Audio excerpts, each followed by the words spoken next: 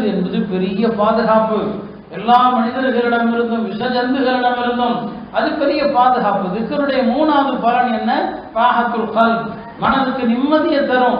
திக்ருடைய நாலாவது பலன் என்ன? அல்லாஹ் உங்களோட இருக்கிறான்.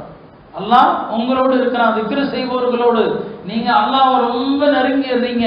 திக்ருடைய மற்றொரு பலன் என்ன? திக்ரு செய்பவரோடு மலக்குகள் வானவர்கள் எப்போதுமே அவர்களோடு கூட இருக்கிறாங்க.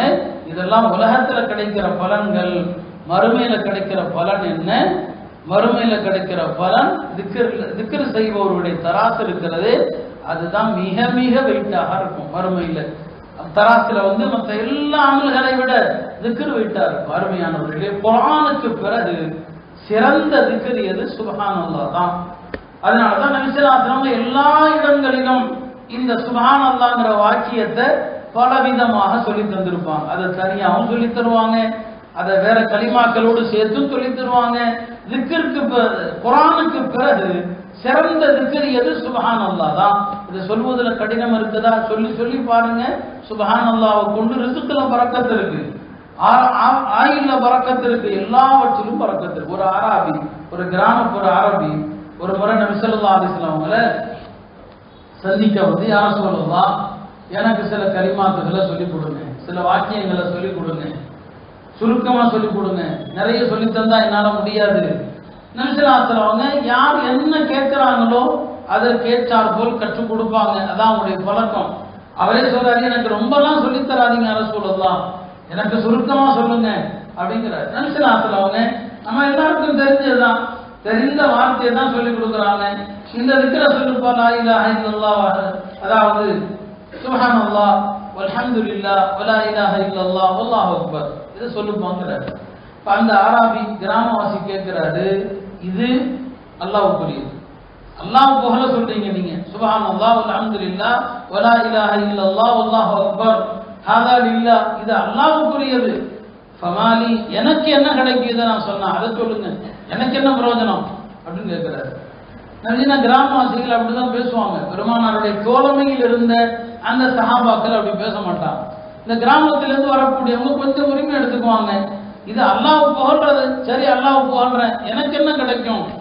நபி ஸல்லல்லாஹு அலைஹி சொன்னாங்க, இந்த வார்த்தைகள் சுப்ஹானல்லாஹ் வல்ஹம்துலில்லாஹ் வலா இலாஹ இல்லல்லாஹ் வல்லாஹு அக்பர், இதை சொல்லிவிட்டு நீ அல்லாஹ்விடத்துல இதை நீ சொல்லிட்டேன்னு சொன்னா யகூலுல்லாஹ், அல்லாஹ் உன்னை பார்த்து சொல்வான், சல் துஅத்தா, நீ கேள் உனக்கு தரப்படும், கேட்டா உனக்கு தரப்படும். அப்ப அதனால துஆவுக்கு முன்னால நீங்க இந்த வார்த்தைகள் இந்த கலிமாத்துகளை சொல்லி அல்லாஹ்விடம் கேட்டீர்களே ஆனால் அல்லாஹ் உங்களுக்கு தருவான் என்பதை பெருமானார் ஸல்லல்லாஹு அலைஹி வஸல்லம் சொல்லி கொடுத்தாங்க. எனவேதான் அருமையானவர்களே, எல்லா வணக்கங்களுடைய முத்திரை என்பது திக்ர் தான். எந்த அளவுக்கு திக்ர் இருக்கிறதோ அந்த அளவுக்கு உங்களுடைய வணக்கத்திற்கு மெருகூட்டப்படும். அதனால ஹதீஸ்ல வருது, அல்லாஹ் யாருடைய துஆக்களை நிராகரிக்க மாட்டான் என்று ஹதீஸ்ல பல பேரை பத்தி சொல்லுவாங்க. அதுல ஒருத்தர் யாரு? அல்லாஹ்வை அதிகமாக திக்ர் செய்பவர். நீங்க அதிக திக்ர் செஞ்சீங்க, உங்களுடைய துஆக்கள் நிராகரிக்கப்படாது. எனவே இந்த காலகட்டம் இருக்குது, மன அமைதி பெற வேண்டிய, மன நிம்மதி இல்லாத குழப்பமான காலகட்டம். மற்ற எந்த காலகட்டத்தையும் விட இது போன்ற காலகட்டங்கள்ல அதிகமாக திக்ர் செய்யணும். உலமாக்கள் இது போன்ற நாடுகளுக்கு இடையில போர்க்களங்கள், ஏன்னா நாடே போர்க்களமாக காட்சியளிக்கிறது, எல்லாம் பாதுகாக்கணும். இந்த யுத்தம் தொடராம எல்லா மக்களுடைய உயிரும் புனிதமானதுதான், எல்லா மக்களுடைய உயிரும். நம்ம ஏற்கனவே சொல்லியிருக்கிறோம், இஸ்லாம் அநியாயத்தை ஆதரிப்பது கிடையாது, அப்பாவி மக்களை கொல்வதை ஆதரிப்பது கிடையாது. அப்பாவி மக்களை கொல்வதற்கு இன்றைய பாஷையில தீவிரவாதின்னு சொல்றாங்க. இதற்கு குர்ஆன் ஏற்கனவே வேறொரு பேர் வச்சிருக்கு, மஹாரிப். பூமியில யாரெல்லாம் குழப்பம் விளைவிக்கிறானோ அவனுக்கு குர்ஆன் சூட்டுகிற பெயர் என்ன? முஹாரிப். அவன் வன்முறையாளன். நம்ம சொன்ன ஒரு வன்முறையாளன இஸ்லாம் சொல்லக்கூடிய தீர்வுப்படி பார்த்தா மக்களுக்கு முன்னால நிறுத்தி அவனை கொல்லணும். அதை இந்த மார்க்கம் ஒருபோதும் ஏற்றுக்கொள்வது கிடையாது. எனவே அவர்கள் யாரு? அவங்க தண்டிக்கப்படணும், அதுல மாற்று கருத்து இல்லை. ஆனா எப்படியோ சில பல காரணங்களால இந்த போர்கள் நீடிச்சதுன்னு சொன்னா ரெண்டு பக்கமும் ஓட போவது ரத்த ஆறுதான்.